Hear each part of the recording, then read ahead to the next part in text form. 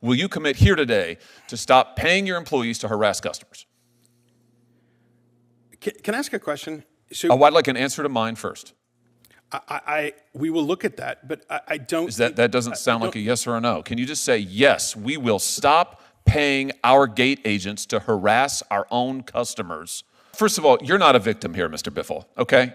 You are making billions of dollars, and you're treating your customers appallingly badly. And the fact that you are still paying your employees to harass your own customers, I think, frankly, is unconscionable. I said this 9 months ago. I thought for sure it would have stopped by now, but I can't believe you're still doing it. So I don't feel sorry for you one little bit. In fact, I think you should apologize right now to all of your customers for what you're doing to them. And I think you should turn around and give them back the money that you've taken. Folks, you ever look at a business model and just scratch your head and say, how are they getting away with that? Well, today we just pulled back the curtain on the Nickelodeon of airline.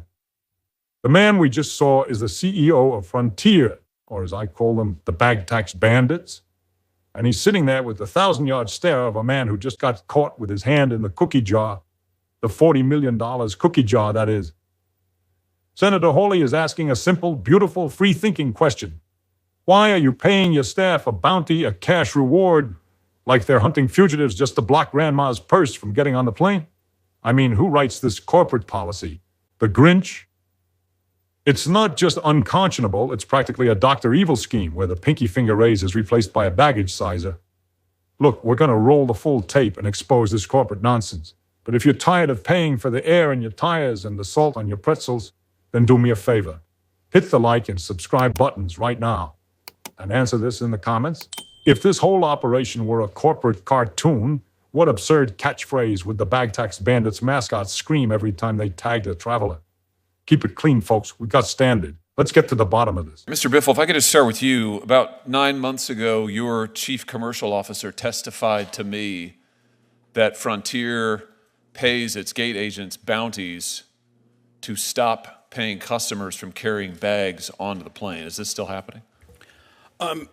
Not at the rate it was. We changed. Well, wait. What does that mean? So are you still paying your gate agents to stop your customers from carrying bags on? You were paying them at least $10 every time you'd stop a paying customer from carrying on a bag, your gate agents to get paid for it. Is that still happening? We do offer incentives and commissions to stop people who didn't pay, not who paid, who didn't pay. No, you are paying your gate agents, so it sounds like you're still doing it. You're still paying them money to harass customers from bringing bags onto the airline by saying it's too big or it doesn't fit in a little box or whatever the case may be. You're still doing it. That's your testimony today? Why? I don't know that I would describe it that way, but we do provide incentives. Why would you pay your own employees to harass your customers? Why is this good business practice?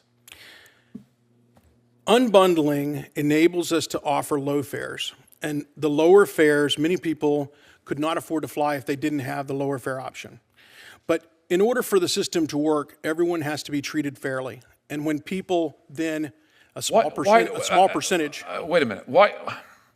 Why are you paying your agents? This is going to be the only business in the world I have heard of that pays your people to harass your own customers. These are customers who have purchased a ticket. They have a carry-on bag, and you're paying your people at the gate to stop them and say, your bag is not quite right. It doesn't fit in this. We heard testimony. The Permanent Select Committee in this Senate has done a thorough investigation of this. We heard testimony from numerous of your customers saying they were wrongly stopped and harassed. There's no appeals process. There's nothing. You're making gobs of money on it. You generated $40 million in fees on this, according to your own data. That's amazing. And you're still doing it. I mean, in what world is this defensible? It's fair. It's fair to whom? Well, you continue to insinuate that they paid for their bag, and they did not pay for their bag. They paid for a ticket that allows them to have a carry-on bag, and you're paying your agents to harass them, to stop them from carrying it on. You know, only other airline I know of, Spirit, was doing this, and they stopped because they said it was a terrible experience for the customers. Your customers hate it. This is one of the reasons they hate to fly. I can't believe you're still doing it. How much money have you made on it this year so far? Considerably less, if you'll let me speak. What we did is we introduced the new frontier. We have very simple branded choices, complete transparency. Wait a minute. How much, first of all, you're not a victim here, Mr. Biffle, okay? You are making billions of dollars and you're treating your customers appallingly badly. And the fact that you are still paying your employees to harass your own customers, I think frankly is unconscionable. I said this 9 months ago. I thought for sure it would have stopped by now, but I can't believe you're still doing it. So I don't feel sorry for you one little bit. In fact, I think you should apologize right now to all of your customers for what you're doing to them. And I think you should turn around and give them back the money that you've taken by forcing them to surrender their bags and pay extra fees after they've already paid a price. I mean, I don't get it. You seem to be totally baffled by this. You think that this is just fine.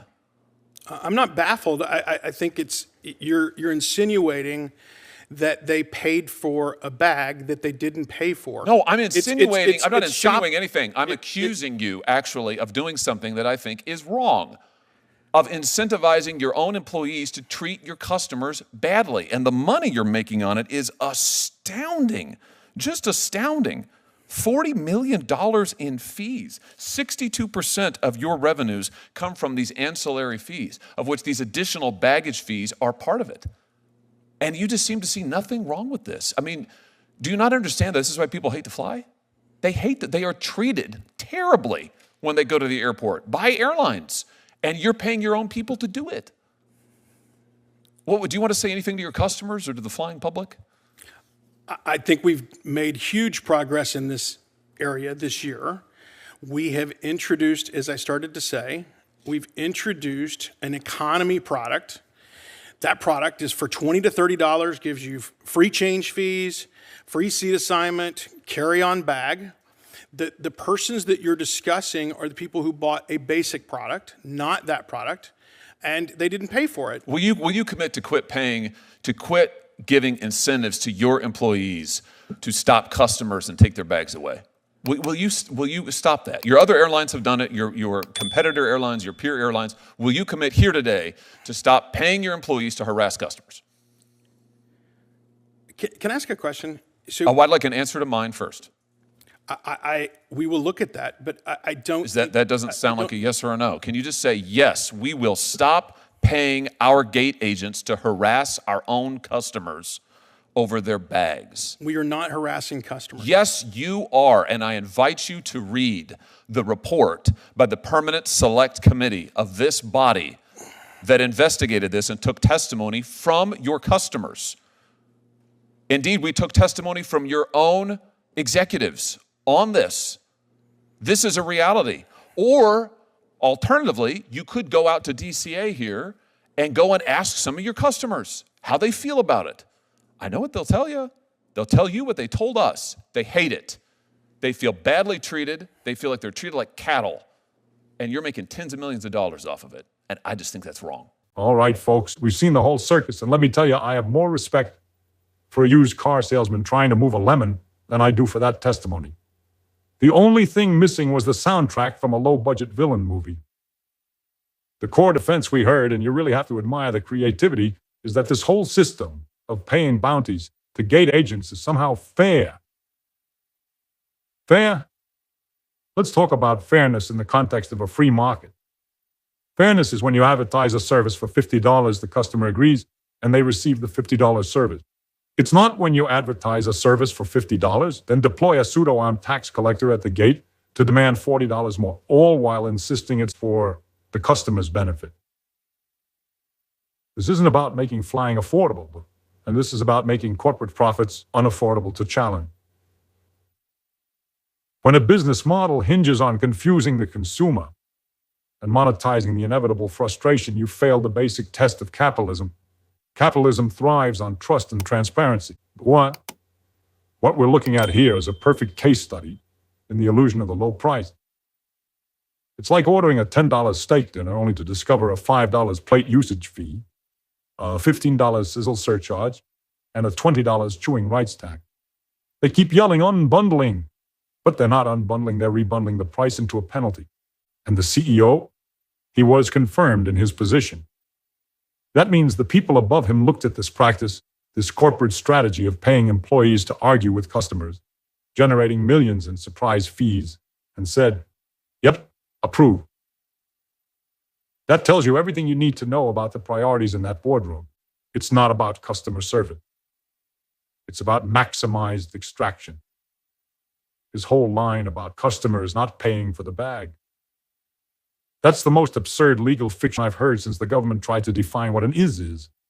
Folks, if you buy a ticket that explicitly allows you a carry-on of a certain size, you paid for that privilege. When they stand there with a bag size designed by a medieval torturer and demand a bag amnesty fine, that's nothing less than a corporate mugging in broad daylight. This transcends partisan politics. This is about common sense and the dignity of the American traveler. We shouldn't walk onto a plane feeling like we've entered an active crime scene where our own airline is the suspect. A true patriot believes in a competitive market, but that market must be honest. If you want $40 million in bag fees, then put a $40 bag fee on the website.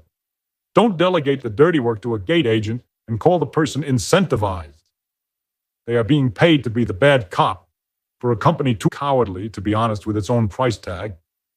My final word is to the CEO, Mr. Biffle, and every other corporate titan watching this.